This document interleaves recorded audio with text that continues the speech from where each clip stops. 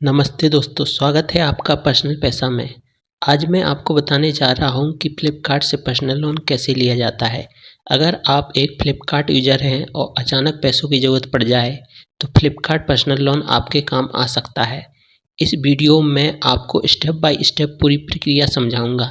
Eligibility, documents, application process, KYC और disbursal तक। सबसे पहले हम इस लोन के बारे में विस्तार से जान लेते हैं। साथ ही महत्वपूर्ण सावधानियां के बारे में भी समझ लेते हैं, ताकि लोन अप्लाई करते वक्त कुछ भी परेशानी ना आए।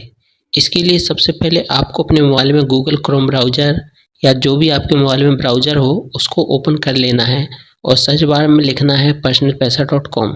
यह लिंक आपको वीडियो के डिस्क्रिप्शन में भी मिल जाएगी।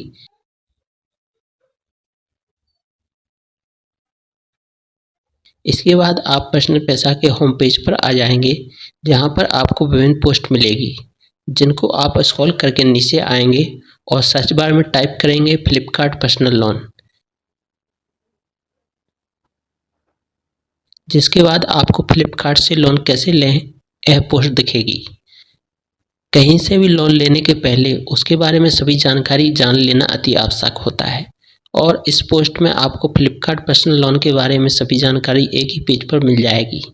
जैसे फ्लिपकार्ट लोन क्या है, इस लोन पर ब्याज दर क्या रहेगी, कौन कौन से डॉक्यूमेंट्स की ज़रूरत पड़ेगी और इस लोन को कौन ले सकता है। इन सभी के बारे में विस्तार से जानकारी आपको इस पोस्ट पर मिल जाएगी। इस वेबसाइट का लिंक आपको वीडियो के डिस्क्रिप्शन में मिल जाएगा। तो यहाँ सबसे पहले हम जान लेते हैं कि फ्लिपकार्ट पर्सनल लोन क्या है। फ्लिपकार्ट पर्सनल लोन एक डिजिटल लोन सुविधा